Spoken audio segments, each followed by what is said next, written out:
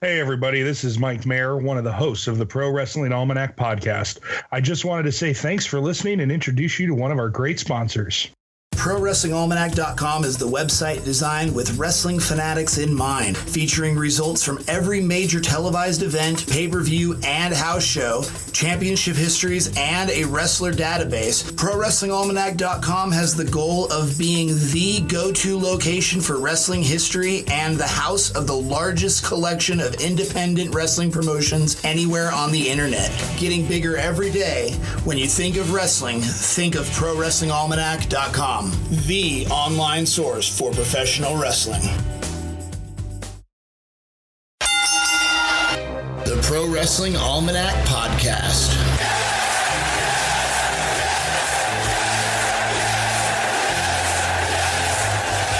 Celebrating professional wrestling from yesterday, today, and tomorrow.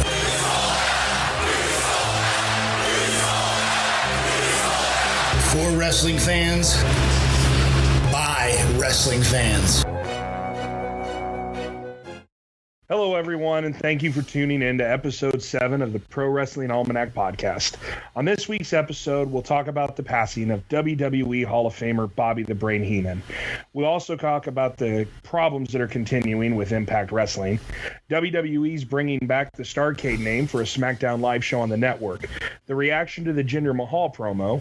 Paige is back at the WWE Performance Center. The Ring of Honor pay-per-view, Death Before Dishonor. We'll also be discussing our thoughts and predictions for WWE No Mercy.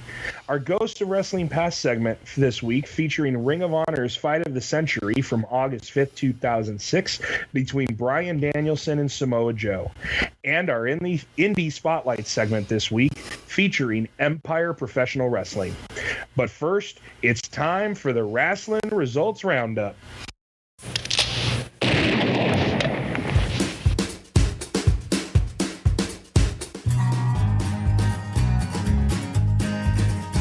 The Wrestling Results Roundup.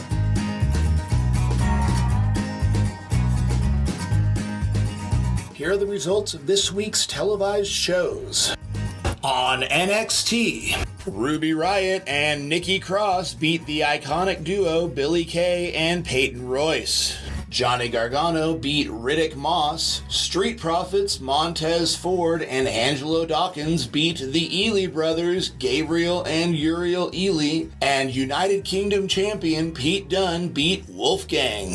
On Lucha Underground, Prince Puma, Phoenix, Cage, and Sexy Star beat Lucha Underground champion Johnny Mundo, PJ Black, Taya, and Marty the Moth Martinez in an Atomicos match. Pentagon Dark beat Dragon Azteca Jr. to win a Gift of the Gods Aztec medallion, and Matanza Cueto beat Rey Mysterio Jr. On GFW Impact Wrestling, Garza Jr. beat Braxton Sutter. Impact Grand Champion Ethan Carter III beat El Hijo del Fantasma. Grado beat William Weeks. Trevor Lee beat X Division Champion Sanjay Dutt in a Falls Count Anywhere match to win the X Division Championship. Taya Valkyrie beat Amber Nova. And Johnny Impact beat Low Key to become the #1 contender to the Global Championship.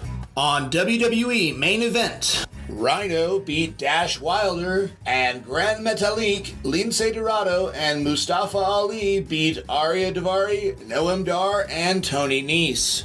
On GFW Explosion, Taiji Ishimori beat Suicide.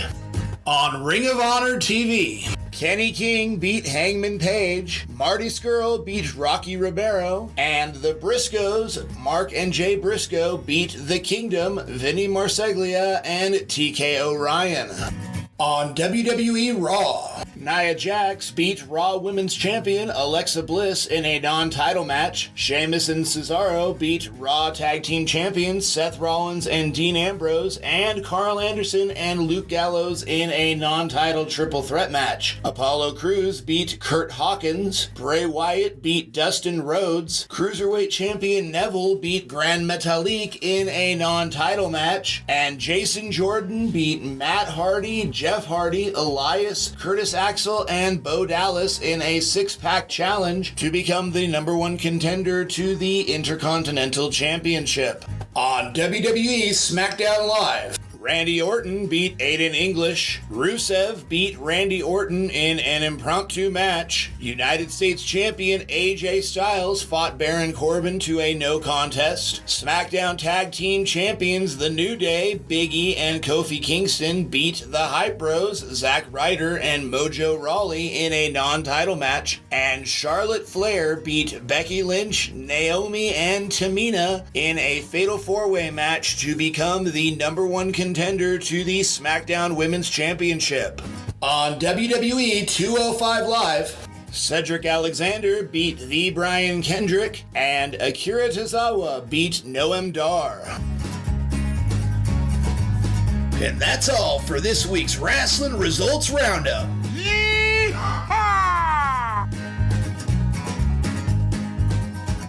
This has been a big week for wrestling, folks, so let's get into the wrestling news.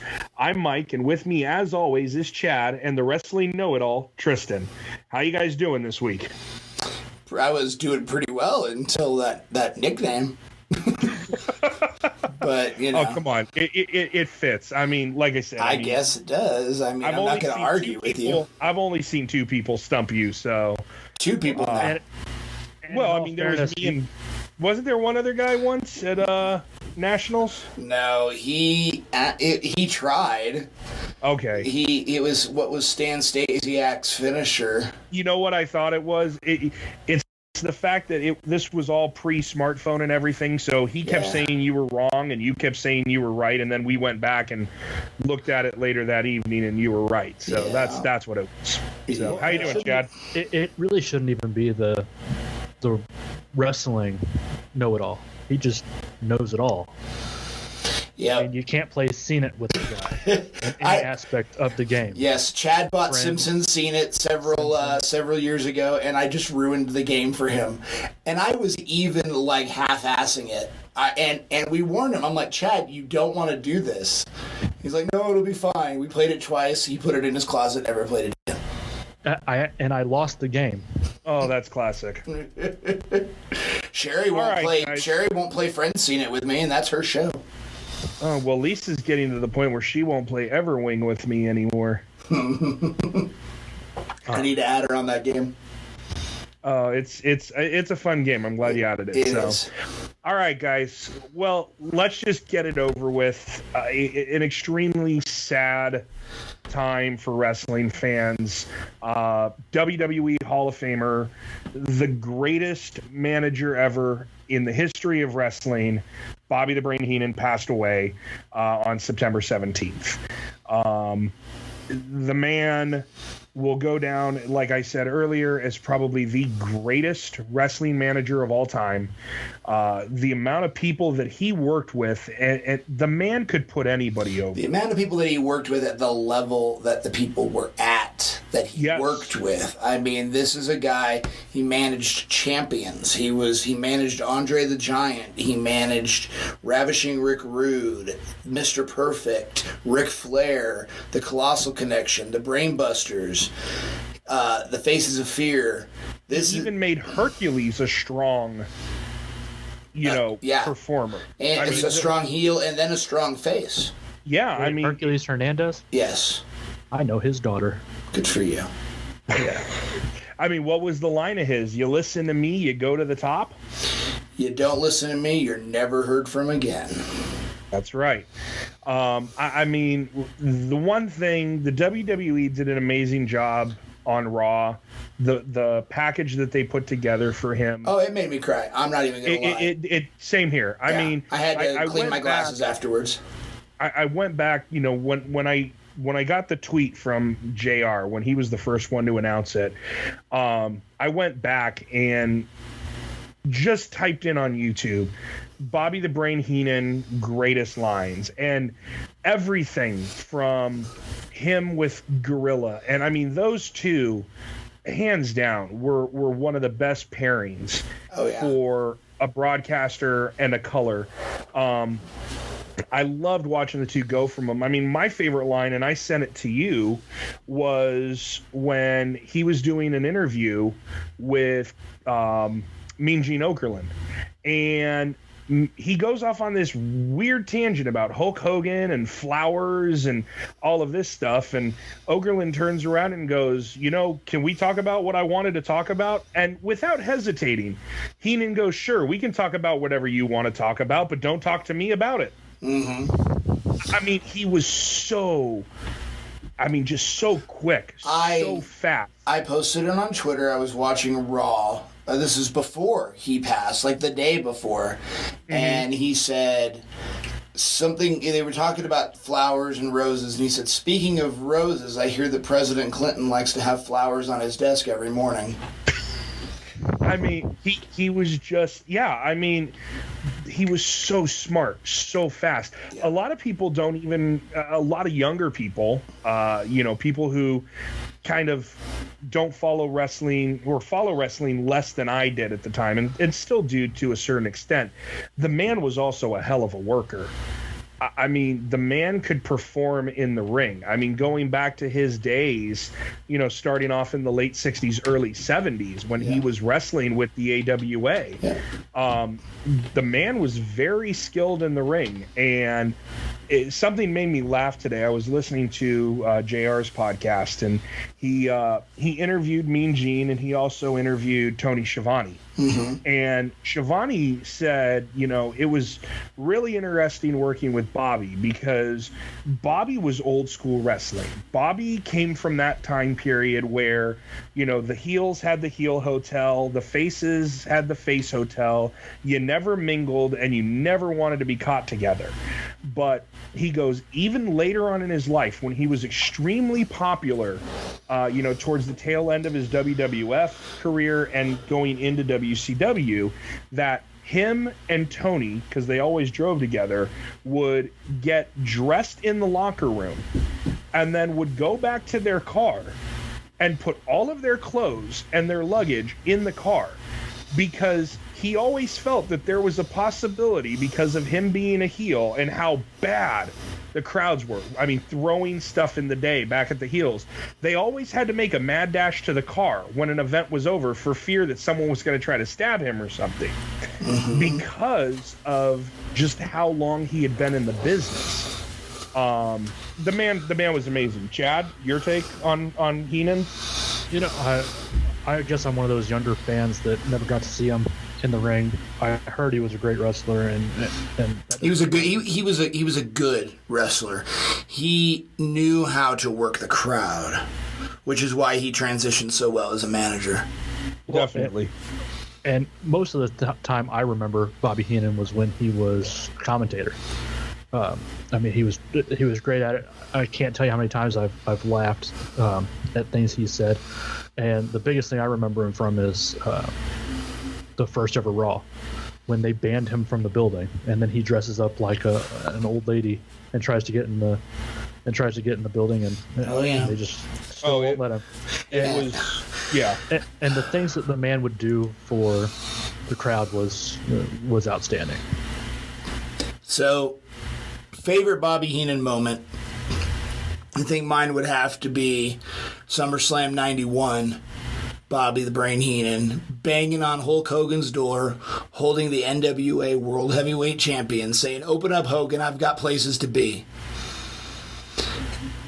That was so huge, because it was Ric Flair coming to the WWF.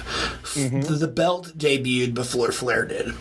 Yes. And without any kind of hesitation, they put Ric Flair with Bobby Heenan.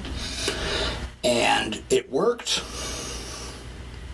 And it was fantastic. And him doing commentary at Royal Rumble 92 as well has to be a top moment. Well, Royal Rumble 92, hands down, is my favorite Royal Rumble, always has. I mean, when you look at that lineup just to begin with, and maybe we'll go over that one of these days, it was one of the most star-studded lineups for a Royal Rumble when you go back and you look at everybody who was in there. But literally, the commentary of Heenan when Ric Flair comes out in the number 3 slot. Damn it. Just exactly the entire, when that was pretty taboo at the time. Oh, definitely. But I mean, his reaction, get under the ropes, just sit in the corner, don't do anything stupid, I mean, the entire time. It is one of his, to me, more memorable moments. For me, I go back because that for me was really when I got introduced to Bobby, because one of my all-time favorite wrestlers, is still, it's Mr. Perfect. Mr. Perfect. And that whole scenario that was going on at the time where Perfect wasn't wrestling, Flair was the main Heenan guy. Yeah, the only Heenan guy by that point. Oh, yeah. And Heenan was pretty dedicated to just doing commentary by then. Exactly. And he was still working, with Flair and with Mr. Perfect. And that whole, when Mr. Perfect finally got fed up with everything. Well, and you remember how that happened. It wasn't that Perfect got fed up. It was that the Ultimate Warrior bailed. Macho Man needed a new partner for Survivor Series, and he asked Mr. Perfect to be his partner. That's while right. Perfect was still very much in the Heenan camp. Yes, and I remember when Heenan, if I remember correctly, Heenan was doing commentary and literally got in Perfect's face and said, "Don't you do it?" It was on Primetime Wrestling, and they were doing they did at that point. Primetime Wrestling was like a round table. Yes, and that's when Perfect decided to go, and it ended up resulting in my favorite match, one of my favorites, and it's still probably my number one, just because of, at the time, kayfabe hadn't broken yet. I didn't know any better. I was a young kid. And to me, it was that whole, oh my God, there is the possibility that Mr. Perfect might lose this match and never get back into the WWF. And that was the, third episode of Monday Night Raw? Yep. Yeah, when Ric Flair and Mr. Perfect had the loser leaves the WWF. And once again, Heenan's commentary on that was just amazing. I told him not to do it, but there was no talking to him. Mm-hmm. Oh, yeah. By the way, one thing I do want to mention, and we'll get into Monday Night Raw a little bit later, but there's a certain part of me that thinks that listening to Corey Graves during the Braun Strowman Enzo Amore section gave Bobby Heenan the biggest smile on his face. I mean, when Strowman comes out there and throws Enzo to the floor, and the first words out of his mouth are, Braun Strowman should be canonized for this. Yep. I think that, while that was great and everything, I think there's no way that Enzo didn't come out of that a little worse for wear, because on that shoulder block, when he could have taken his head off. Well, and he landed on, if you look, on his mic. He landed on his mic. Yep. But the other two lines for me that it was almost like Corey Graves had his inner Bobby Heenan going was when they did the replay, and he starts laughing during the replay, and he's going, it's so wonderful. Let's relive the whole thing again. Followed by, I'm going to have this smile surgically removed from my face. Yep. I mean, that was stuff that Heenan did, and I always loved Heenan as, the color commentator. Well, and you've compared Corey Graves to Bobby Heenan a few times already. I think that he could be, if the WWE decided to let their commentators do more than just commentate, because Corey Graves does a really good job at playing the quote unquote heel commentator without being a heel persona. He's the very blunt commentator, and he's the closest person I have seen in a very long time that could pull off a Bobby Heenan type character. Now, I mean, we all, at least I think so, and I think you guys would agree, Paul Heyman is probably the second greatest. I mean, he's in the discussion as the greatest. It's of the top three are easily Bobby Heenan, Paul Heyman, and Jim Cornette. Yeah, I mean, I would probably, this is just me personally, I would rank them going Heenan, Heyman, and then Cornette. Just because if you look at Heenan, how long he did it, the people that he worked with, the talent that he got put over, there once again, there was no one like him. Well, you're also not familiar with the old NWA, really, where Cornette made his bones. I've seen some of the stuff, and I've listened to Cornette's podcast a lot. So, I mean, I'm familiar with the stuff that he did. I just think the difference for me, and the reason I think Heenan is number one on the list versus, Cornette, is Cornette's run in the WWE as a manager was not, to me, that great of a run. I mean, look at who they had him working with. Other than when he was originally working with Yokozuna. Well, he had Owen Hart, the British Bulldog, Vader. Mm-hmm. It just was, I remember the Vader one. He had four guys that were at the top of the card. Yeah. The whole time he managed the Bulldog was a championship contender. Owen Hart was high level. Vader was a championship contender. I mean, it's hard to quantify each of those guys as the greatest of all time. I think that Bobby Heenan is the greatest of all time simply because he was so versatile. Yeah.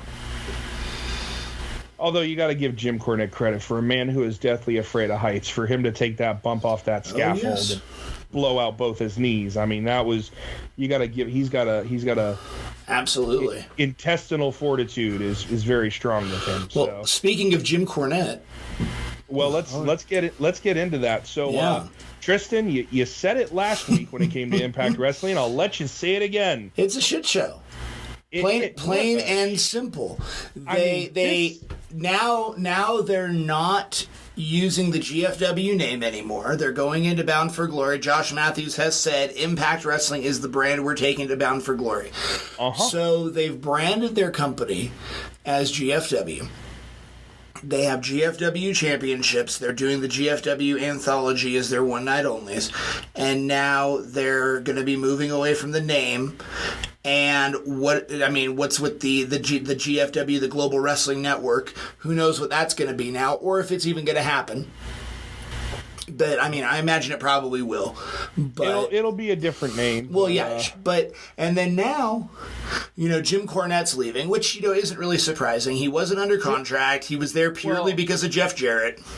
There's a little bit more to it than the reason that Jim Cornette's leaving. Okay. Jim Cornette's actually leaving because the company's hosting Bound for Glory in Canada, and apparently Cornette's got some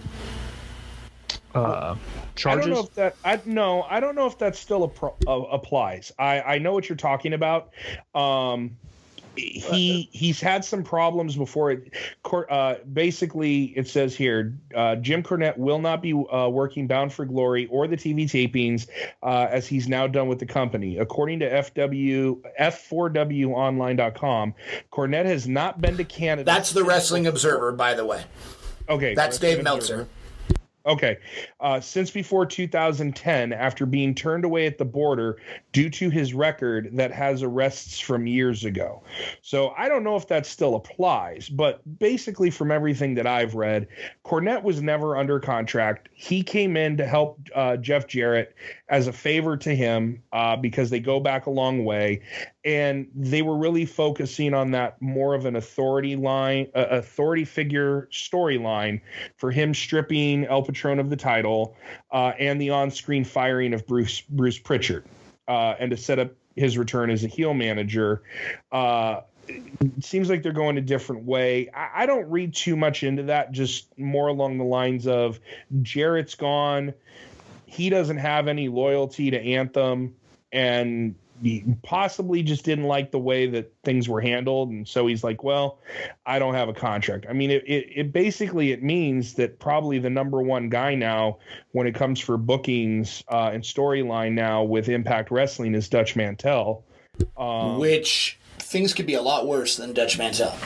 No. I mean, the man has a good mind for wrestling. Yes, I wish the WWE would have used him better than they did as the Zeb Coulter character, and wish they would have kept him when that whole storyline just died. Mex America or whatever. The Mex America thing with him and at the time Del Rio. So one thing about the Zeb Coulter character that I've always loved is the fact that they named him Zeb because he was Uncle Zebekiah. And so I just thought that was just really, really good, that, because, I mean, he wasn't being necessarily repackaged as a new character. So... No. And even JBL said he reminds me of an uncle I used to have. Well, exactly. I mean, it worked perfectly. I mean, Zebekiah, if I remember, didn't have a last name. Nope, sure didn't. So it all worked. So. And remember, that means that JBL is related to the Harris brothers. Mm-hmm. Because he's their uncle too. When they were the Blue Brothers. Definitely. So another huge thing coming out earlier this week, for the first time since 2000 and first time ever in WWE, Starrcade is back. Yep. A lot of people are dumping on it because it's a house show. It's a themed house show. May or may not be on the network. Looks like it's going to be. There was ideas thrown around, like WWE did a house show in Hawaii last year before, and people were talking that it was going to be the Bash at the Beach, and then it wound up not being anything, but WWE never confirmed that. WWE has confirmed, released a logo, all of that this is happening. And and the best part is that it's going home. Well, yeah, that's what I was... Since the first Starrcade. I mean, they're going back... No, they did the first, 4 or 5 there. Okay, but but still, Greensboro, North Carolina. Yeah, I was just about to bring that up. Yep, and whether you want to dump on WWE or not for bringing back WCW's main show as a themed house show and network special, the fact that they are doing Starrcade Thanksgiving weekend at the Greensboro Coliseum is not insignificant. No. I mean, my biggest thing, and we'll get Chad's input in just a second, I think that's where a lot of people are having a problem with it, is that was WCW's equivalent to WrestleMania. I mean, it was their biggest show of the year. Hang on. Let's be fair and be correct. WrestleMania was WWE's equivalent of Starrcade. Yeah, that's true, because it was before. Yes. The reason Survivor Series exists is because of Starrcade. That is true. Thank you for correcting me on that one. But the one thing I do have to give the WWE credit for is look at the card that they're putting together for this, and it may be a one-off, but you're going to have Jinder Mahal and Shinsuke Nakamura in a steel cage match. Charlotte Flair in a main event. With Natty. Yeah, but that's huge. They're doing a steel cage match with the women in a steel cage. In a steel cage match. You're going to have a... But hang on. They're putting... There's a very decent possibility that match goes on last, just because of where they are. Oh, of course. Oh, well, yeah, I mean, and Charlotte is from North Carolina. Well, and with, Rick, and I guess, getting into this a little bit further, I was reading an article yesterday that was talking about the main reason why we haven't seen Charlotte on television. It actually didn't have a lot to do with her father's health. It had more to do with the fact that she is getting ready to go on a book tour with her father to promote the new book that they both wrote together. Well, she was on SmackDown this week, and she is now the number one contender for the women's title. So I can't wait for that match. Yep. Now, Tristan, just to be fair on this, because I'm looking through the card right now, and it seems like one person on this card has actually been on a Starrcade before. And who is that? AJ Styles. No, I don't think AJ's been on Starrcade. Because I know he was in WCW before but that was right at the end, and I'm pretty sure he was only brought in as part of the Cruiserweight Tag Team Championship tournament. He used to tag with a guy by the name of Air Paris.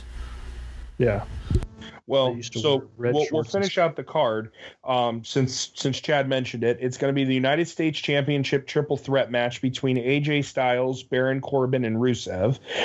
The SmackDown Tag Team Championship Texas Tornado match between the New Day and the Usos. Sami Zayn versus Kevin Owens. Bobby Roode versus Dolph Ziggler. Breezango versus Aiden English and Mike Canales with Maria Canales. And then this is the interesting one because they're Raw wrestlers, but the Hardy Boys are also confirmed to appear at Starrcade since North Carolina is their home state. And we're also going to see appearances at Starrcade by Ricky the Dragon Steamboat and the Rock and Roll Express. Yep. So, I mean, I'm very excited. I love when the WWE does stuff like this with the network. It really adds to it because I mean, absolutely. It breaks up, just the typical, I watch the network for whatever match we're going to review for our Ghost segment. I maybe watch something else here and there, but predominantly I watch the network for pay-per-views. Yep. And so to have something like this... I mean, not me. That's about the only thing I ever watch, but, yeah, that's me. I mean, for me, it's bad timing. I'm going to have to watch it because we're doing Thanksgiving on Saturday this year because of Lisa's work schedule, and I'm going to have to kick everybody out of my damn house and watch it when it's over. I won't be watching it live. But still, I mean, it especially seeing how, it's only going to be 6 days after Survivor Series? Something like that, yeah. Because Survivor Series is the weekend before that, I believe. So, Chad, what's your take? Well, here's my thing, because I know you guys mentioned that, hey, Starrcade was the biggest show, and people are upset. When was the last Starrcade? 17 years ago? Yeah, 2000. So, how many, except for the few eccentric people, it's mostly kids and younger people that watch wrestling. I mean, I shouldn't say mostly, but it's a lot of kids. Yes. So a lot of these people don't even know what Starrcade is or what Starrcade was.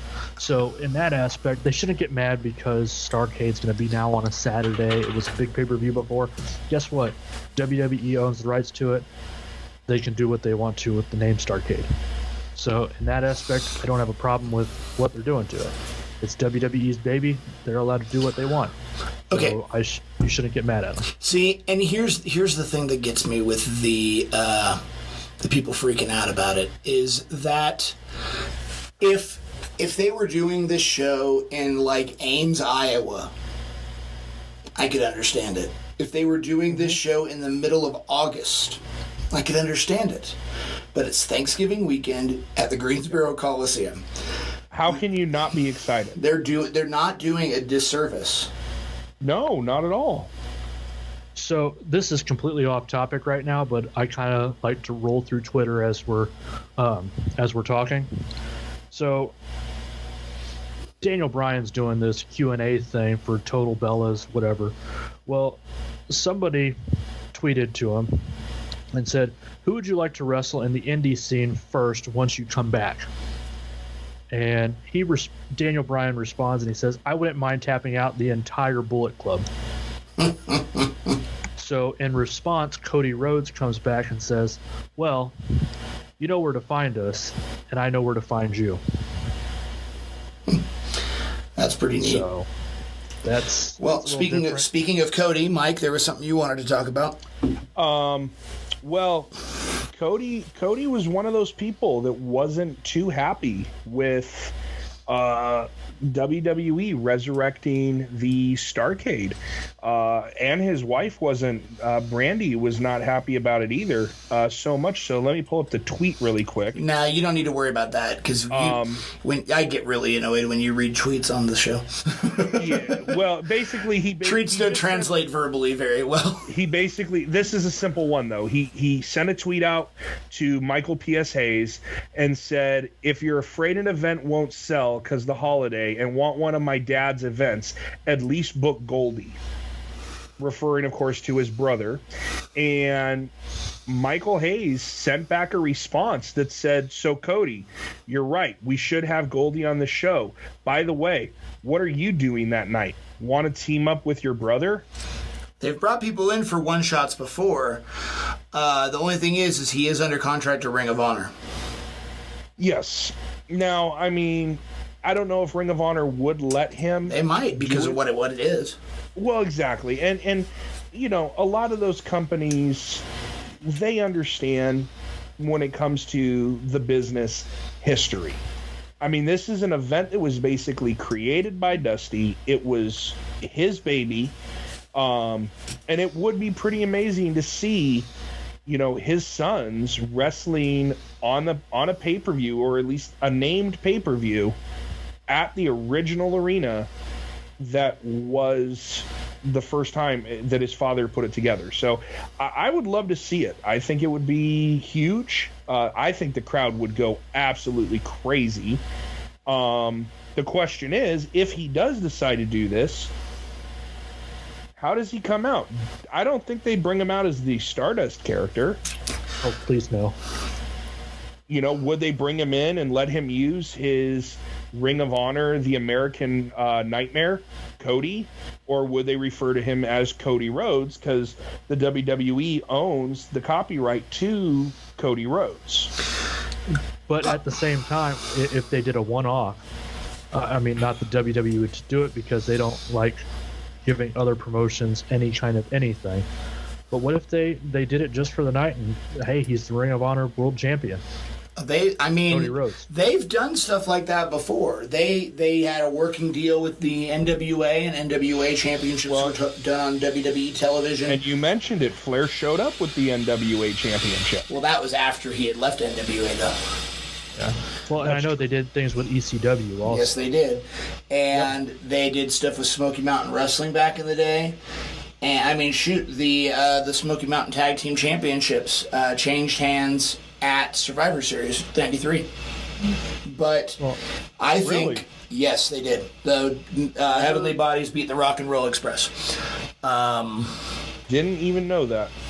And that is why you are the wrestling know-it-all. I suppose. Okay. Well, hang on. I was gonna say something. No. I think that this is definitely a deal that could be done if WWE gives Cody his last name, like to use outside WWE, and I could see them doing it.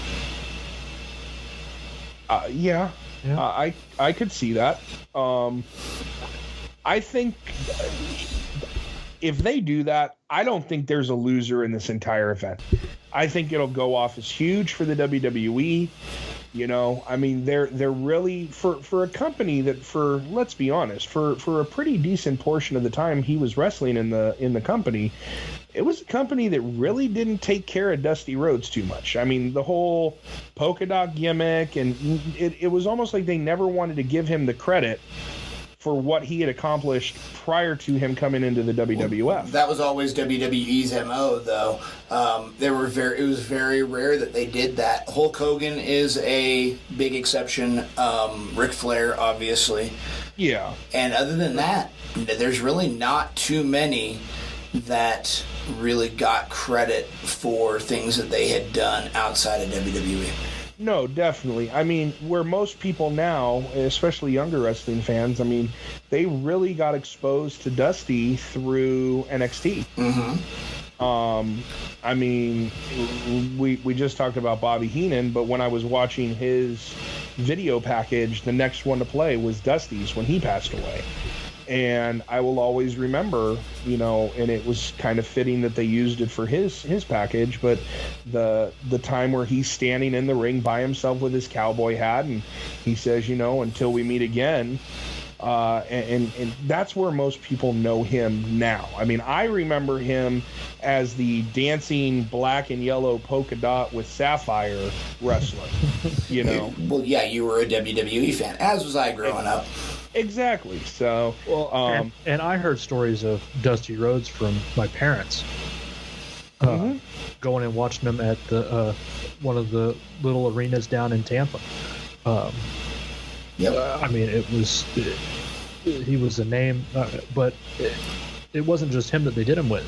They did it with Eddie Guerrero, Chris Benoit. They did it with. I disagree with that. Eddie Guerrero, Chris Benoit, Dean Malenko got treated much better than they were at the time in WCW. Well, what about Booker T? Booker T got treated pretty well too. Yeah. I mean, when he came over, he came over as the WCW champion at the time. Had a very good run. I mean, and they're still treating him well.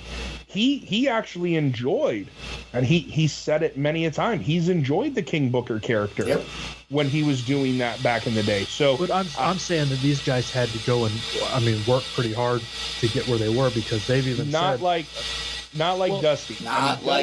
Dusty never came anywhere near a championship. Yep. I mean, he was a joke. You're talking about a guy who, yeah, exactly. He was a joke. Prime example, 1989 Survivor Series. At the beginning of the event, they have all the wrestlers saying what they're thankful for, and Dusty Rhodes says, "What am I thankful for? My polka dots."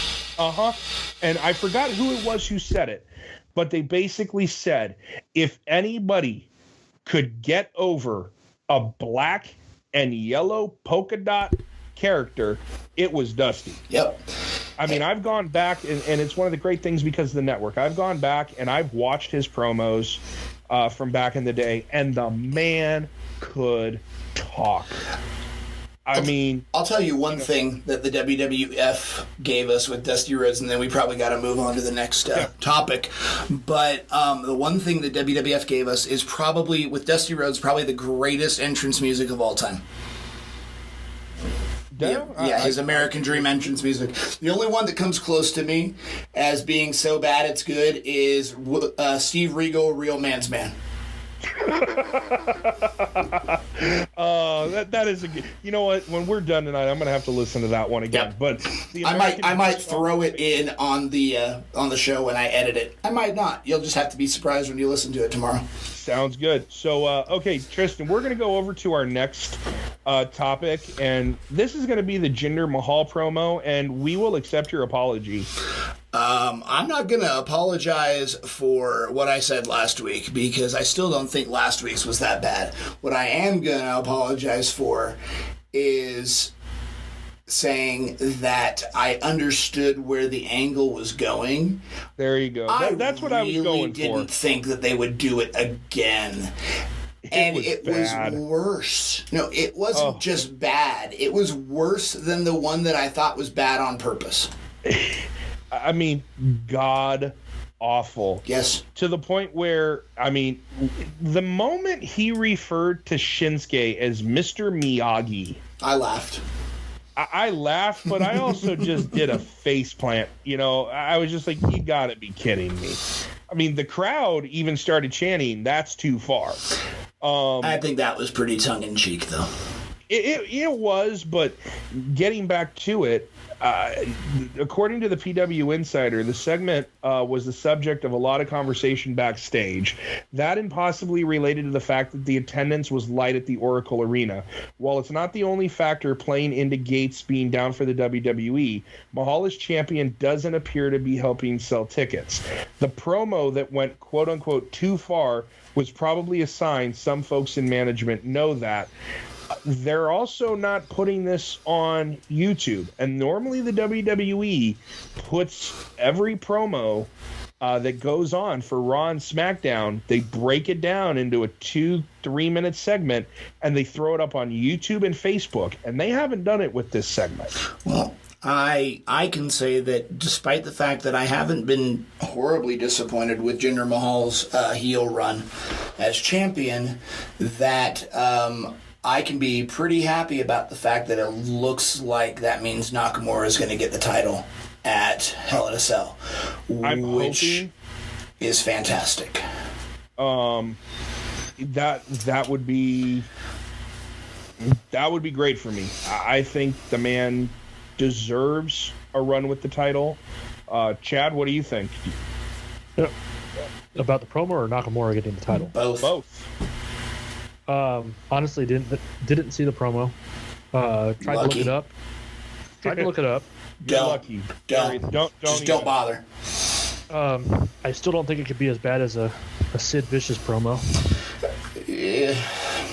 If Sid Vicious had 2 5-foot Indian guys rolling on the ground when he had his promos, I would agree with you. Chad, it was bad. I mean, it was really bad. But no, Nakamura definitely would be an outstanding champion. He would just the difference that it would be. He definitely doesn't look anything like a previous champion WWE's ever had, and I don't know that there's actually been a Japanese champion. Antonio Inoki. And my aunt's Japanese. Antonio Inoki won the title. He doesn't sound Yokozuna represented Japan. Yeah, but he wasn't Japanese either. He was Samoan. There's a difference. His character was a Japanese character. But if I remember, they don't consider the time that Inoki won the championship. That's not actually they've actually never recognized that reign. Yeah. I recognize it. I also in the title histories on the website. I also have Ted DiBiase. ProWrestlingAlmanac.com. ProWrestlingAlmanac.com. Plug. Yep. I also have Ted DiBiase as having won the title because he was introduced at shows as the WWF champion before they stripped him of the title. So, but then I note not recognized by WWE. Yes, it is an asterisk championship. So. Yes.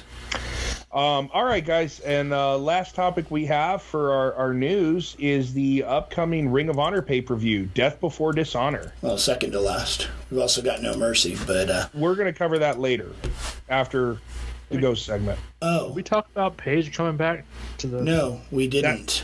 We didn't. Thank you for bringing that up. That's right. Yeah. Paige reports that... Chad's girlfriend. It's Chad's girlfriend, so don't tell his wife. I don't know his wife, so go on, Chad. This is your news beat. So, this is for me. This is where you get to drool and fawn all over her. So, well, or just drool because you're Chad. That too. Yeah.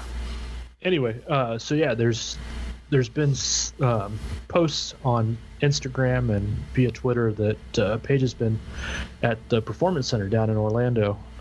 So it looks like maybe she's getting back into shape, getting some of the ring rust off, and maybe we'll see her back in a WWE ring here pretty soon. That'd be nice. I've always liked Paige. Same here. I think she does really well in the ring. She can cut a decent promo. I mean, she's a very skilled wrestler.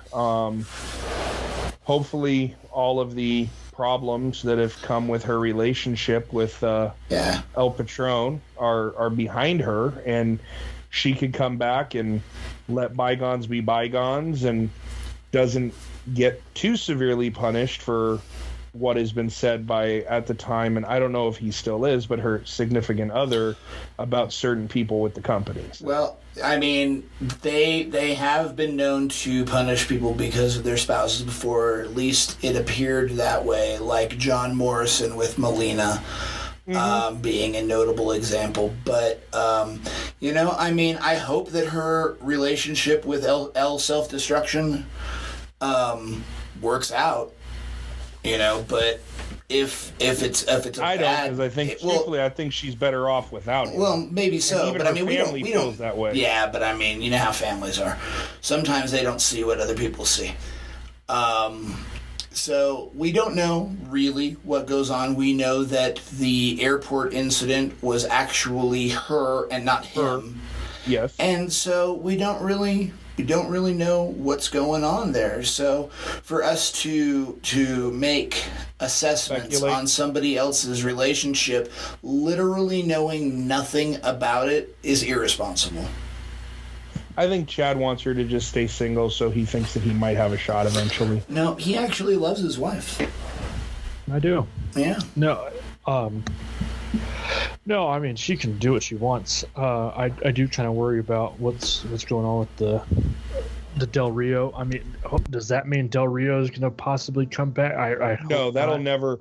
I don't think that will ever happen. I think that bridge has been burnt. It's one of those few times where the son-in-law gets to look at Vince and go, I told you, we never should have brought him back. It was a mistake. I warned you, and look what happened. Well, I agree, but then again, the Ultimate Warrior. I get it, but the difference is the Ultimate Warrior was an icon. I mean, I don't look at Del Rio or El Patron. No. Yeah, exactly. So whereas the Ultimate Warrior, I mean, you're talking about the guy who first person to hold WWF Heavyweight Championship and the Intercontinental Championship at the same time. Mm-hmm. I mean, the man who went up and main evented WrestleMania against only person to do that. That's right. Main events WrestleMania against Hulk Hogan. I mean, we're talking about two totally different caliber of now. Speaking of Ultimate Warrior, though, can somebody go and tell Jan Warrior that wrestling is pretend, please? Oh gosh. Or Dana Warrior, sorry. If you're going to talk about the Ultimate Warrior, or say Patrons burned the bridges and they never bring him back, what about Hogan? I mean, I know he's once again completely different, an icon, a legend. Oh, I understand that. But some of the things that Hogan has done on a personal level are absolutely terrible, and it's not. I get that. Can we go back to the fact that the entire Hulk Hogan thing is completely superficial to begin with? Because Hulk Hogan is persona non grata in the WWE for some bad things that he said when he thought no one was listening. Mm-hmm. Steve Austin is on great terms with the WWE, and Steve Austin, who is a guy who has in the past just gotten drunk and beat up women. Mm-hmm. Beat up Deborah. Yeah. I mean, the biggest Jimmy Snuka probably killed a woman, and allegedly. That's why I said probably killed a woman, and I mean they wouldn't have brought it back to trial if they tried. I know. Well, I'm saying they wouldn't have if they didn't have after 30 years if they didn't have new evidence, something like that. And they gave him a tribute when he died, and Hulk Hogan is still barely getting mentioned. Hulk Hogan is almost on the same keel as Chris Benoit for saying some mean things. We are literally in a time where what you say means more than what you do. No, definitely. But there will be a time when Hogan does come back. It'll be his last hurrah or last appearances ever. The big difference is getting back when everything is said and done at the end of the day. Hogan, Snuka, Austin, none of them went after Vince and the family personally when they weren't in character. Right. And Del Rio, El Patron does it every chance he gets. Every chance he gets. I mean, he never even refers to him as Triple H. He refers to him as the man with the big nose. I mean, any chance he gets to try to bury the McMahons and Paul Levesque, he does it. And I do not see that man ever making a comeback into the WWE, especially once Vince is gone and Triple H is in charge with Stephanie.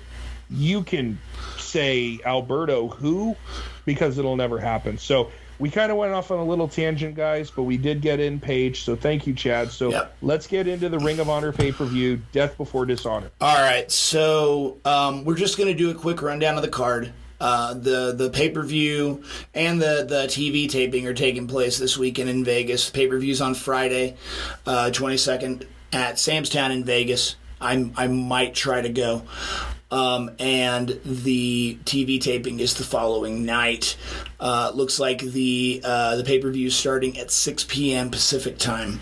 Now, we're looking at, based off of the last Ring of Honor TV, looks like the Motor City Machine Guns are going up against the Young Bucks for the Ring of Honor Tag Team Championship. Chuck Taylor is going up against Marty Scurll. Going to have a Las Vegas street fight between Jay White and Punishment Martinez. A last man standing match to probably settle the long-running feud between Jay Lethal and Silas Young. Quick question. Yeah. When do you think we will ever see Jay Lethal in the WWE? I don't know. I think he's gotten offers that he's turned down. I mean, he does really well. Last year he was Ring of Honor champion, world champion, and TV champion for several months, and was actively defending both championships. I think he's pretty happy with what he's doing. I can't imagine that he hasn't gotten an offer yet. So, the Kingdom is going up against Bully Ray and the Briscoes. And the winner of that match, the Kingdom being Matt Taven and TK O'Ryan and Vinny Marseglia. And they're going up against Bully Ray and the Briscoes, with the winner facing the Ring of Honor 6-man tag team championships, Adam Page, Hangman Page, and the Young Bucks. And then you've got the television championship between champion Kushida and Kenny King. And then the Ring of Honor World Championship between the American Nightmare Cody versus the New Japan Never Open Weight champion Minoru Suzuki. Now, let me tell you something. This is one of those matches that is going to define Cody Rhodes as a performer. Minoru Suzuki is a madman. Okay? I kid you not. The guy is a psychopath. Mm-hmm. And it's going to be like when Triple H faced Cactus Jack, or when Randy Orton faced Mick Foley, or when Shawn Michaels faced Mankind. And I'm beginning to sense a theme here. Just a little. Yeah. Minoru Suzuki will likely not win the match. But Cody has been poking the bear, or poking the back alley dog, because that's kind of what he looks like. That's just what he reminds me of, is just a stray dog that lives in the shade of the dumpster behind the grocery store. Looks like he cut his hair with a weed whacker. Like seriously, dude, look at a picture of Minoru Suzuki, and you will see that I am speaking truths. And watch some of his matches. I'm not gonna give up on this New Japan kick with you guys. I know you guys are your WWE boys. I got it. I was too. Check out New Japan. Okay. What did happen to his head? I'm pretty sure it's just a psycho haircut. He's going to take Cody to the limits. Cody is going to come out of that match as a much stronger performer, and the people that see that match are going to look at Cody a completely different way. Cody has decided to supplant the code of honor for matches he is involved in, and he has replaced his championship belt with a ring of honor that his opponents, instead of shaking hands, will be required to kiss before the match.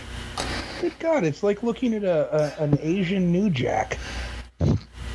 Yeah, except he's got an extraordinary amount of talent. Well, yeah, no, I get what you're saying, but good Lord. Yes. Minoru Suzuki. And bicycle into somebody. Yeah, he's not a young guy. He made his debut in the 80s. He's been around for a long time.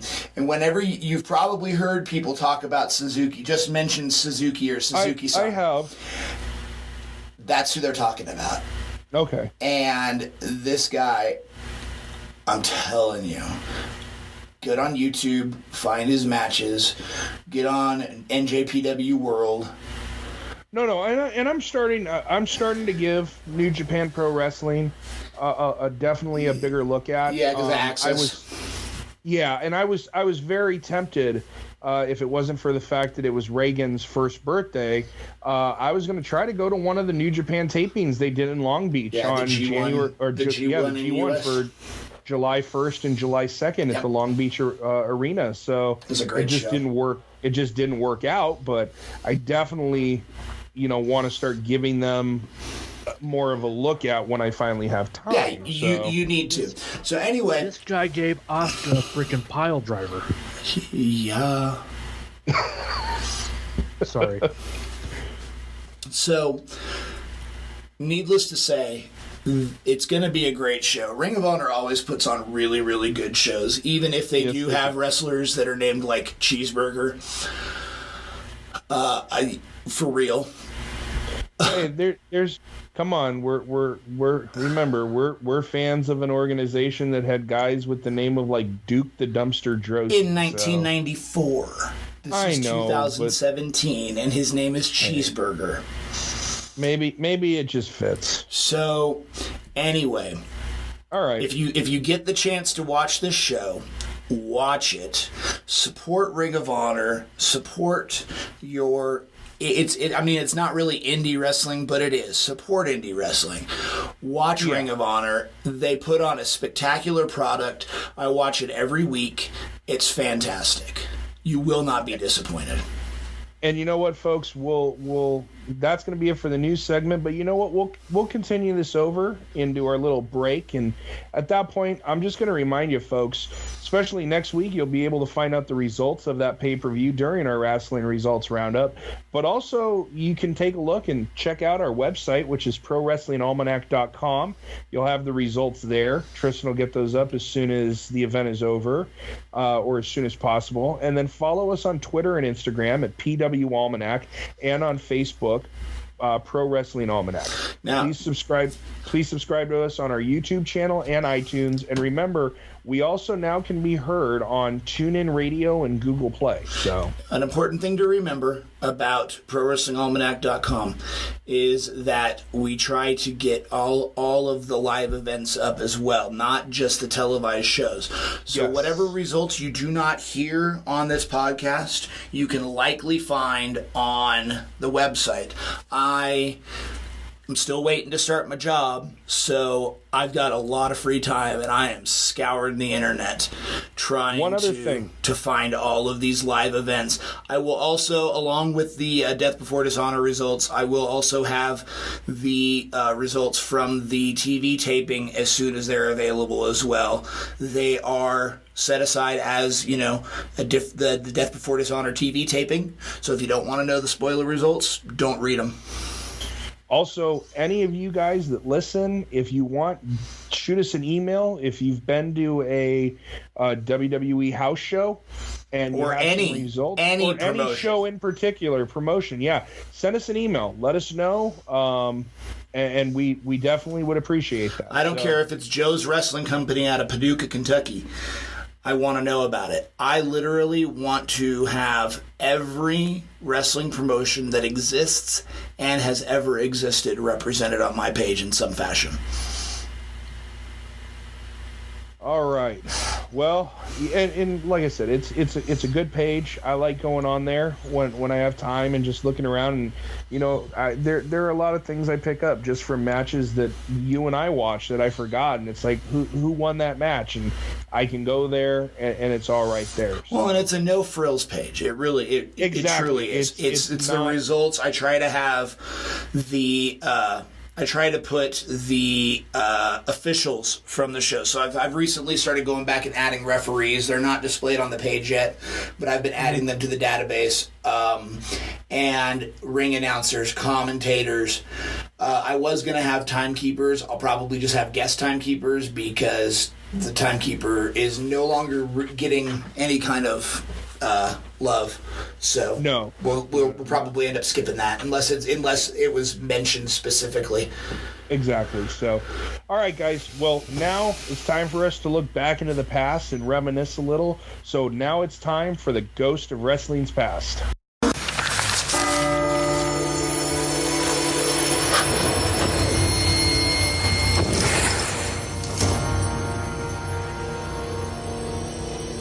Are you the spirit whose coming was foretold? I am. Who? What are you? I'm the ghost of Wrestling's past. So for this week's segment, we've chosen a match from Ring of Honor in 2006, the Flight of the Century, which was with Bryan Danielson and Samoa Joe. It's a great match, long match. I think it had a 60-minute time limit. Guys have any thing to say about it? I'll give you my... go ahead. I was just going to throw in just the sheer insanity of the crowd. Yeah, the crowd was pretty nuts, and you can always count on a Northeast crowd to be a bunch of psychos. Yeah, I mean, I'll say that one of my favorite things about just Ring of Honor as a whole is their fan base is just insane. No matter where they go, every Ring of Honor match I've ever seen has had a huge crowd turnout, and the crowd really gets into every single match. Well, a lot of them are ECW holdovers. And we all know how those guys were. Yes, a lot of them went to CZW and made CZW what it is. But, I'll tell you what. I watched the whole show because I don't really like to pick and choose matches. I like watching the entire show. And it was pretty interesting seeing a Matt Sydal pre-Evan Bourne, not long before he was Evan Bourne, but pre-Evan Bourne. Antonio Cesaro as Claudio Castagnoli with long hair and a ponytail. That was pretty great. Colt Cabana was on the show. Steve Corino. But the match itself... It didn't blow me away. It was good. I'd give it 4 stars if I was rating it, and I'm sure I will later. Yeah. The first quick question. Yeah. Now, from what I've always heard, and I never was a big Ring of Honor guy back in the day. I've watched some of their stuff, but do you think, because everybody talks about the production value of the earlier Ring of Honor TV tapings, do you think that if this would have been done in today's settings or even for another wrestling organization, like if we did get to see Daniel Bryan or Bryan Danielson versus Samoa Joe now, and they had the exact same match, do you think the production quality would have changed your view on it? Or No, absolutely not. No. The production quality was bad. I stayed away from Ring of Honor for a lot of years because the production quality was just awful. Tried to get Katie to watch the show with me. She couldn't watch it. So the issues with the production quality are very real, but the match itself, like I say, it didn't blow me away. The first 2/3 of the match were very formulaic. Big guy versus little guy. Bryan Danielson would work a limb. Samoa Joe would get some power. He'd work Bryan over. Bryan would get the advantage again, and it was just kind of rinse repeat of that. some of the highlights of the early part of the match were Bryan Danielson's remarks to the crowd. The most boring wrestler in the world, ladies and gentlemen, things like that. Yeah. Oh, excuse me. So, the last 20 minutes of that match, however, were as strong as I have ever seen. They left everything out there. There was a suicide dive from the ring to like the third row from Bryan Danielson. That was pretty awesome. Well, actually, what was it? It was more like a top rope springboard plancha, yeah? Right. Yeah, that's what I would consider it. And so that was pretty great. They traded submissions. There wasn't a whole lot of kicking out of finishers, but people were like, Joe hit the muscle buster but was too exhausted to hit it in the middle of the ring, so Bryan was able to get into the ropes. The actual finish of the match was, again, very formulaic. It's how they always work it when it goes to a draw. The good guy is just about to win the match, and then the time limit expires. It's effective. It happens in every time limit draw for a reason. Or every big time limit draw for a reason. No, definitely. It's a good, strong finish. It's one of the reasons why WWE should bring back time limits. I was just going to say that. I would love to see more time limit matches. The fact that, we got that countdown, when the match is going to end, it brings more anticipation. It's not just that match has been going on, someone hits a finisher and okay, it's over. With a lot of the time limit matches, you're gonna go the distance. Flair made Sting with a drop. Mm-hmm. Oh, definitely. Yeah. Flair made Barry Windham with a draw. Mm-hmm. So, time limit draws are a viable finish that the WWE has just seen fit not to utilize anymore. So, for whatever reason. But I enjoyed it. I'm glad we watched it. I'm glad I watched the whole show. It was solid, and it's been added to the website if you want to check out the results from the show. ProWrestlingAlmanac.com. Yes. The biggest reason I really wanted to go over this was mainly because we haven't done anything outside of one of the big, we'll say the big two. Yeah. Going WCW, WWE. Right.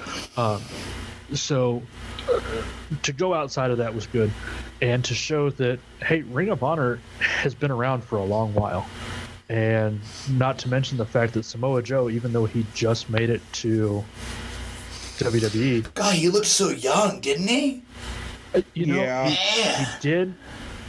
But Bryan didn't look any younger than he did. Well, I guess I met him. Yeah, 7 years ago. 7 years ago. So he looked about the same. He does really look awkward with a shaved head and no beard. Well, the no beard thing, it's. I think he looks weird with a beard. But the no hair thing, he's just got a really awkward shaped head. Yeah. No, the technicality in the match and the fact to just show the longevity of these guys and to show that, Bryan Danielson actually had a pretty long career because his career started well before this too. Oh, yeah? Oh. Back in like 2000 was when I think he said he had his first match. Yeah, but I mean, still, that's 17 years. That's a pretty good wrestling career. Yeah, well, 15, but... Well, and depending on if we believe rumors or not, that career's not over when his WWE contract is finally up. God, I hope he's not that stupid. You never know. I mean, there are just some guys that, even if it's just one more match, I think the biggest thing for him is, I think he still has a hard time that he didn't get to leave on his own terms. Yeah, sure. And so maybe he finishes his contract with the WWE, does a one match, one night with Cody Rhodes, who we know is a hell of a worker, is a very safe worker. I mean, Cody doesn't have a history of injuring anybody. Not that I know of. Exactly, not that I know of. And, I mean, come on, remember, Bret Hart came back and wrestled, how many years ago was it? And they protected him. He didn't take one bump. You can't call what he was doing wrestling. That's true. But what I'm saying is that Cody will take care of Daniel Bryan. So for him to just say, you know what, I got to wrestle. This was my last match. Bad idea. You'll never convince me otherwise. No. I agree with you. But I just, from knowing a lot of professional athletes, especially with the amount I deal with because of hockey, guys who are at the top of their game and have to walk away, not because it was their choice, they always, in the back of their head, regret not being able to end it on their own terms. But then you got to look at Edge, and Edge seems to have done a pretty good job of walking away on, just... He has, but, I mean, he's also not heavily involved in wrestling like Daniel Bryan is today. I mean, Edge isn't going to tapings every week. Edge is very happy. He's content. His wife is not. Daniel Bryan is in a very unique scenario where he's done with wrestling, but unlike an Edge who he marries Beth Phoenix, has a kid, and just is living his life, Daniel Bryan's entire life is still being involved around wrestling. I mean, he's on Total Divas. He's on Total Bellas. He is going to eventually be the brother-in-law of John Cena.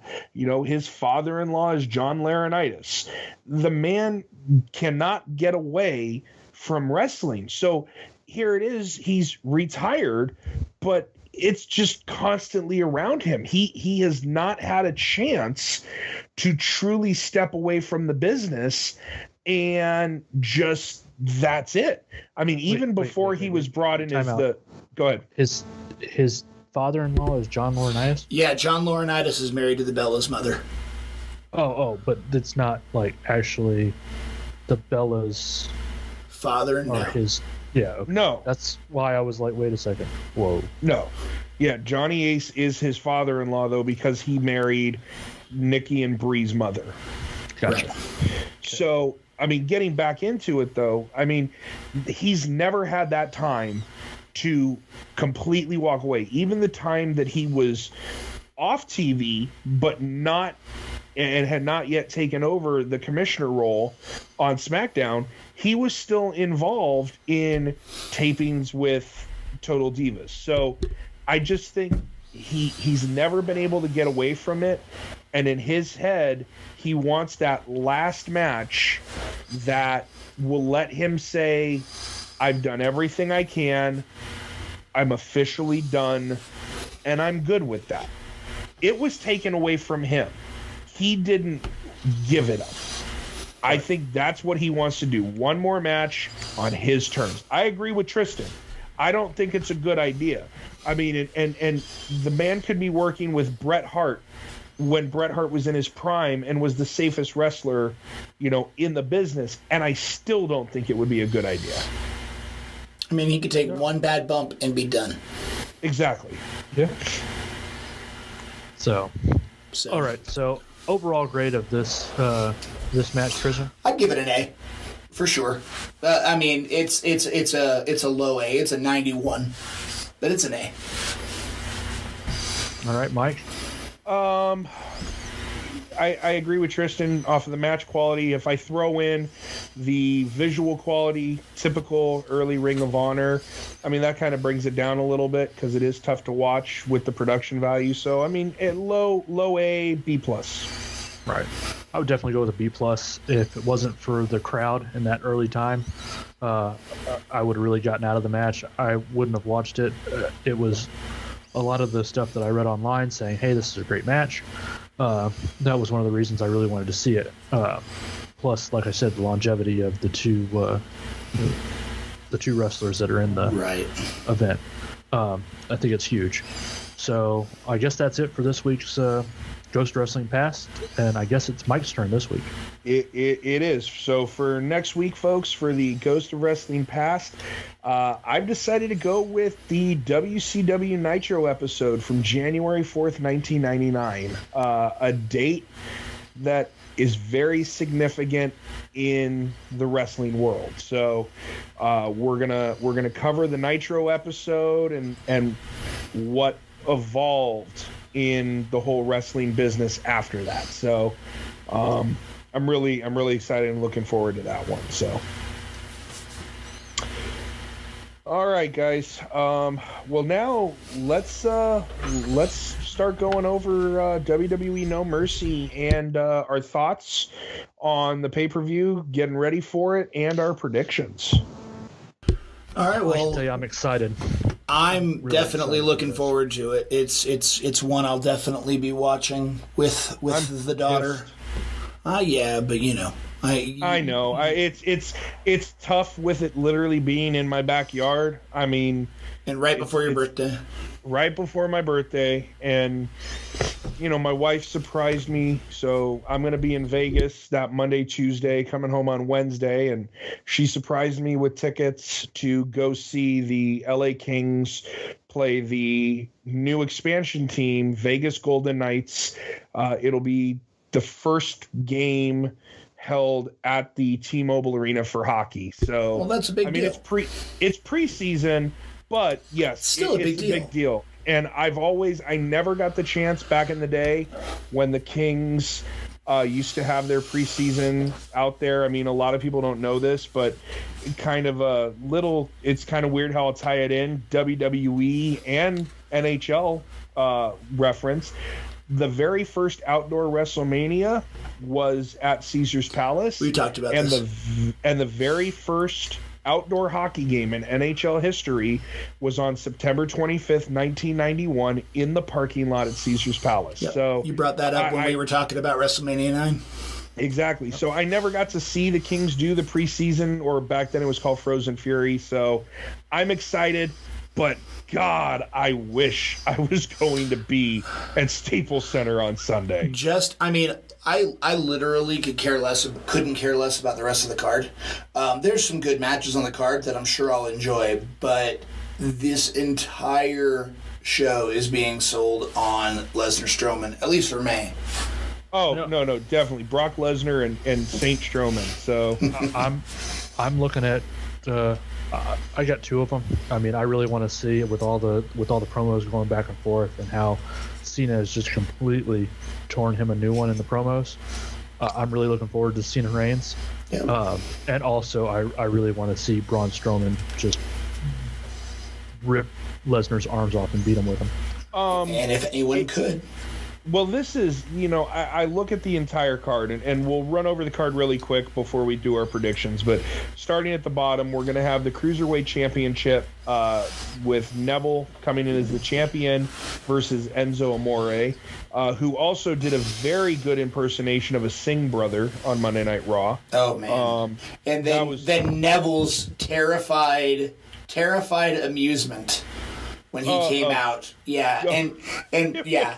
That's the only way I could describe it. Terrified amusement. And let's be honest. I was extremely disappointed with Monday Night Raw, with the exception of that segment. That to me was just a horrible go home episode leading into a pay-per-view. It wasn't good.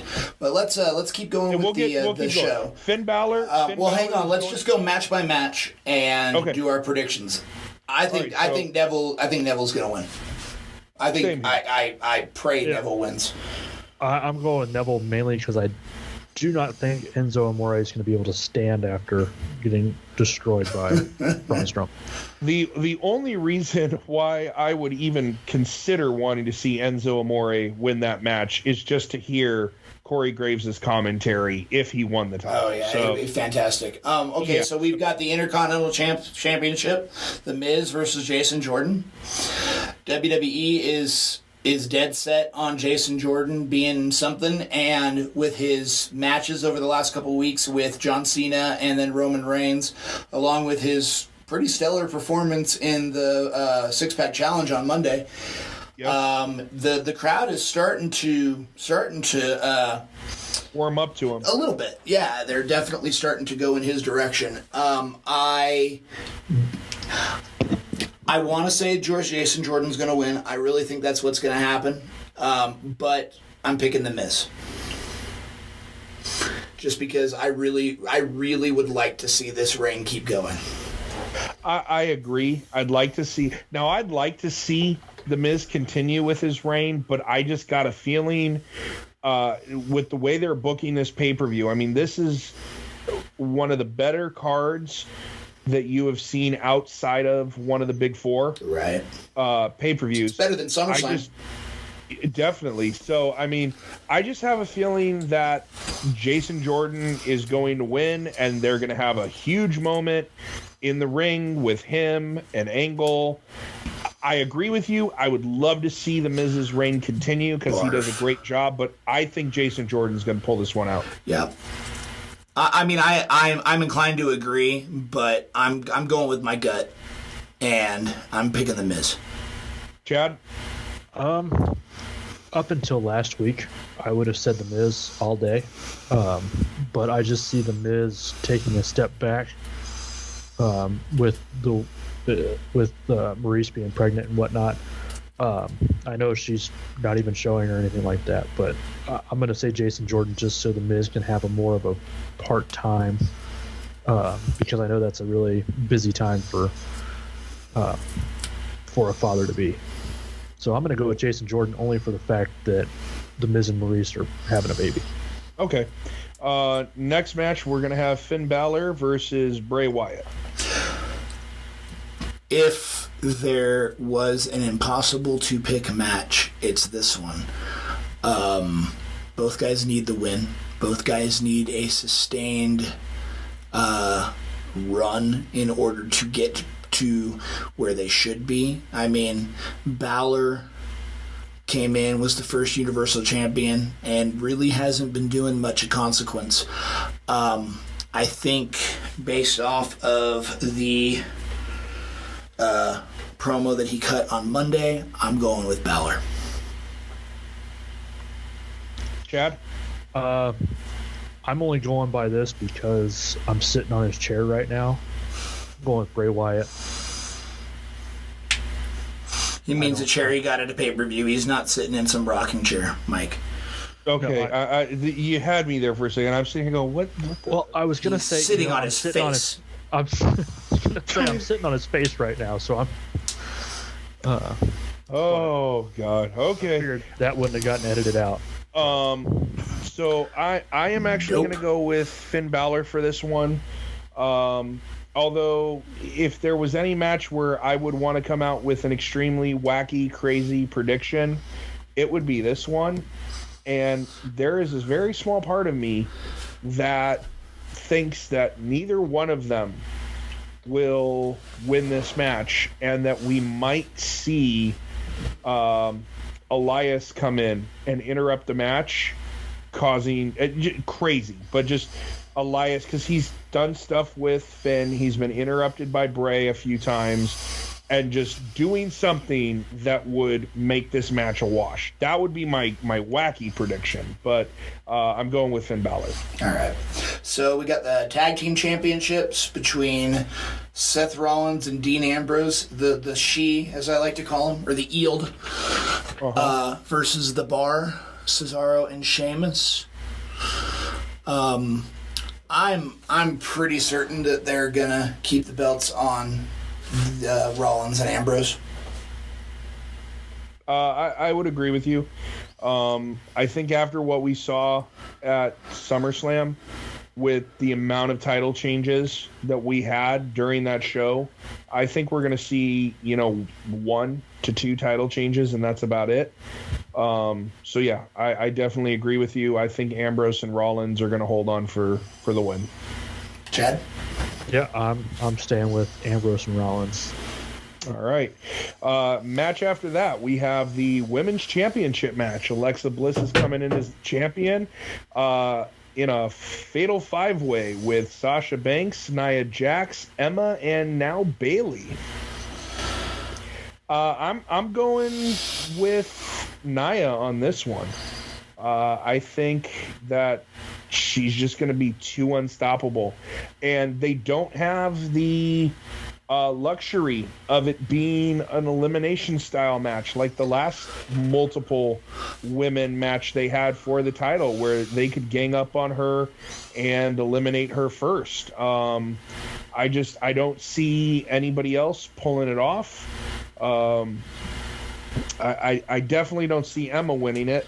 Sasha just won it and lost it to Alexa, and Bayley, I just don't think she would do well with another run right now, especially towards the end of the year. So Nia's my pick. Tristan? Bayley, all the way. I don't think they would have added her were she not figured into the plans in some fashion. Interesting. Yeah, I mean, I can't agree more with Tristan. It's got to be Bayley, because there's no reason they would have announced her at Monday Night Raw to be in the match.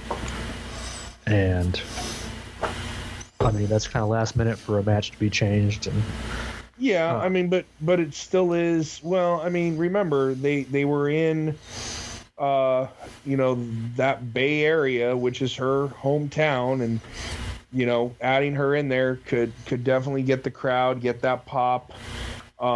It's still a California match with her being in Los Angeles, so I mean, you never know. But yeah, I can see where you guys. I can see where you guys. If Bayley doesn't win, Alexa Bliss is going to keep the title. That's where I'm at. Okay. All right, so now we got the big one, the WrestleMania match, as they keep touting, John Cena versus Roman Reigns. Chad, what do you think about this one?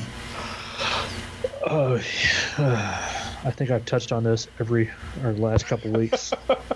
Don't hold back. Tell us how you really feel. John Cena. I cannot stand Roman Reigns. I can't even say the thing, so I'm trying to keep it PG. Okay, Mike, what do you think about this match? Okay, so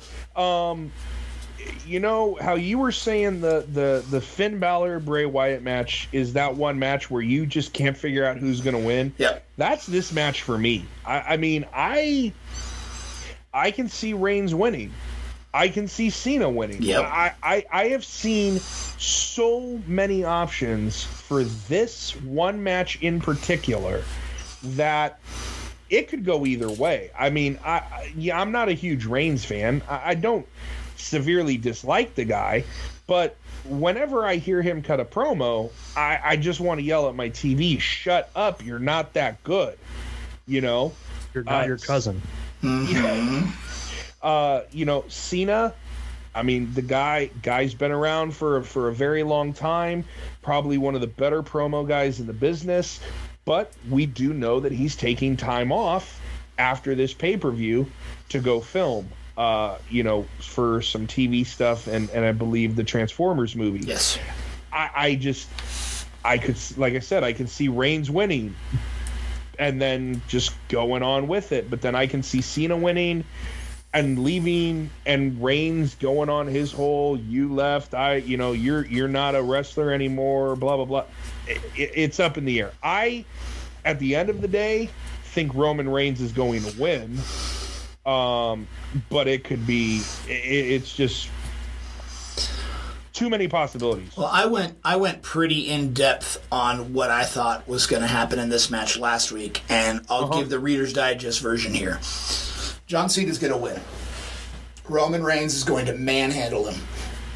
It's going to be very similar to the Brock Lesnar, John Cena Extreme Rules 2012 match, where Reigns will have control for, I would say, the bulk of the match. Cena's going to squeak out a win and dip out, and Reigns is going to spend the next several months throwing temper tantrums and goading Cena into a WrestleMania match where Reigns will ultimately get the win. That sort of supplants what I thought was going to happen in the Universal Championship match. So let's jump right into that. Brock Lesnar versus Braun Strowman for the Universal title. I'm going to go right in here and say initially I had picked Braun Strowman to win this match because I thought that they were going to build to a WrestleMania feud with Roman Reigns. Now that I think that that's going to be the WrestleMania feud between Reigns and John Cena, I'm going to stick with Brock Lesnar. Brock Lesnar is going to retain against Braun Strowman. I agree with you 100%. Especially with the route that you're talking about, where it looks like we're going to see this rematch between Cena and Reigns at WrestleMania next year in New Orleans. As well as Lesnar Strowman.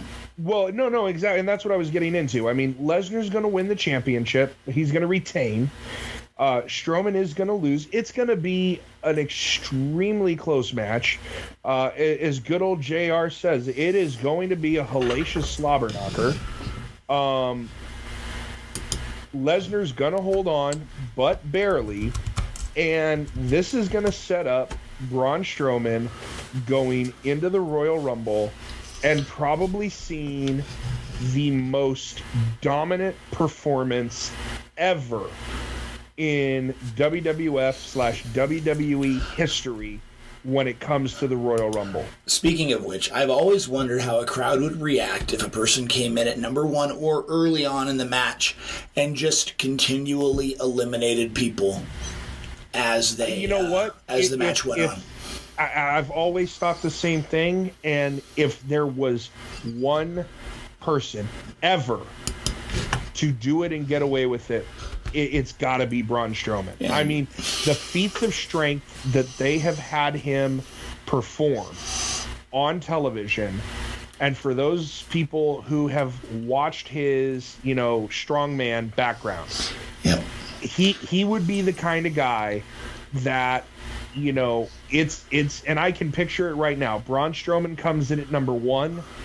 As soon as the number two wrestler comes in, he literally hits the ring, gets thrown out immediately. The number three comes in, and you can only do that for a certain period of time. And eventually what I think will happen, it all depends on how the hip surgery goes. Reigns will come in, or the Big Show. Well, not Reigns. It'll be the Big Show to start it off with, and they'll reference him being thrown through the steel cage and what have you. And the Big Show's going to put up enough of a fight where then you're going to eventually start getting 2, 3, 4, 5, 6 guys. And then he'll clear the ring again. And then he'll clear the ring, and we'll start over again. So I think that's what is being set up, is a Strowman loss going into a win at the Rumble, leading to him eventually winning the title at WrestleMania. So, Chad? I really want Strowman to win. But I think we both. Well, I think all three of us do. But well, no, I could really see Braun Strowman taking it. But after hearing Mike's complete rant, I will give it to Lesnar, because I could not tell you how big of a smile I have on my face and how excited I am to see this big monster of a man have all these people come in. And I want him to break the record. I want him to break the record to where no one else can break the record. I want him to throw out all 29 other competitors. That'd be amazing, and he could do it. If anyone could do it, it would be him. Well, exactly. Right. It would be. I mean, doing that at the Royal Rumble, that would go down as an epic, like the Undertaker's streak. Yeah, that would guarantee him a spot in the WWE Hall of Fame. Right then and there, lock it in. Exactly. Well, him flipping over the ambulance will put him in the Hall of Fame. Okay. I mean, Braun Strowman, I think it's going to be the match that I've been looking forward to with Brock Lesnar, where he's actually going to have to be technical in his match. Yeah. And I'm going to go as far as to saying Brock Lesnar is going to win via key lock or Kimura lock. Hey, he's used it before and won matches with it. And he has. So what it could also do with that is, if he does that and supposedly breaks Strowman's arm, quote, breaks Strowman's arm, you could see Braun Strowman go out for a good little bit amount of time too, making it for an even bigger feud come WrestleMania. Yeah, sure. No, definitely. I mean, it always makes sense. I mean, we've talked about it before, but the very infamous, oh, I'm going to be out for a while, John Cena, and showing up and winning the Rumble. I mean, people love a comeback story, whether or not it's legit or it's kayfabe. People like that kind of story. So that is the one match more than anything that I am pissed that I am not going to be at Staples Center. Oh, of course. It's going to be electric. It is going to be glorious. I mean, I wish I had a little button here where we could just insert Bobby Roode's song, or just Michaela singing it in church. I'm working on it. I am going to have Michaela record that for you, by the way, because it's absolutely hilarious. No matter where I am now, I mean, we could be standing in the grocery store, and I'm like, man, it's a really glorious day, and my 4-year-old daughter just starts throwing her arms up going, glorious, no, I won't give in, I won't give in. I mean, and then she goes into the air guitar riff. It is one of the most hilarious things ever. So, it's going to be a great show. I'm definitely looking forward to it. Definitely, like I said, outside of the big four, this is probably It's up there with Great Balls of Fire. Great Balls of Fire was a hell of a card. Yes, it was. Yeah. And terrible name, but a great show. Oh, I agree, but yeah, terrible great logo. show. It was one I was looking at. That logo was classic. Wasn't accidental, guaranteed. I don't know. Remember, you're talking to someone who worked for Disney, and we tend to know a lot of artists who aren't accidental in what they've put in movies. Saying. So, well, guys, we'll come back next week and we'll see how we did in our decisions. But right now, it's time for Tristan with the Indie Spotlight. Indie Wrestling. Indie Wrestling. Indie Wrestling. Indie Wrestling. Indie Wrestling. Indie Wrestling. Indie Wrestling. Indie Wrestling. Indie Wrestling. Indie Wrestling. So we're going to try something new for this week's Indie Spotlight, and instead of just spotlighting one promotion, we're going to we're going to do a whole indie report. So to start off with, I'm going to give you the results from Lucha Libre and Laughs, the Battle of Who Could Care Less, that we talked about last week, which was the fundraiser for Nanny AC, Amanda Cole's collarbone surgery. So just the quick rundown. Xander Creed beat Electro. I Am the Provider beat Red Viper. Cormac Battle beat Johnny Crash. Lucha Libre and Laughs Tag Team Champion Anaya beat Filter. Lucha Libre and Laughs light heavyweight champion, the miracle that is Tony, drew Cody Devine in a last man standing match, and as a result of the draw, has had the light heavyweight championship stripped from him. And Rochelle Riveter beat Aligato. And both of those women are going to be competing in Friday's Lucha Libre and Laughs show, which I will be discussing at the end of the segment. That's the only promotion that we've covered that had a show this week. So right now I'm going to go ahead and introduce you guys to Empire Professional Wrestling. Now, we're kind of going a little bit outside of our scope with this one. Empire Professional Wrestling is actually based out of the UK. They're in Sunderland, England. And they are just getting started. They are about to have their debut show on Friday, October 6th, and that's going to be at The Point in Sunderland, England. So if we do have any listeners in that area, you could go check that show out. Like I say, it's the debut show. They've got some stars from the United Kingdom Championship Tournament that are going to be at the show. The show starts at 7:30. The doors open at 6:45, and tickets are available £10 for adults, £8 for students, or you can get a group rate for 4 adults at £35. If you'd like some more information on this show, on how to get tickets, you can go to empireprowrestling.bigcartel.com. And if you'd like to follow them on Twitter, you can follow them at Empire Wrestle. So I've been in touch with the promoters from this company. and they wanted me to bring up a couple of things from the show. They're starting a tournament to crown their first champion, and they wanted me to run down the championship matches, or the tournament matches, for the first round of the tournament.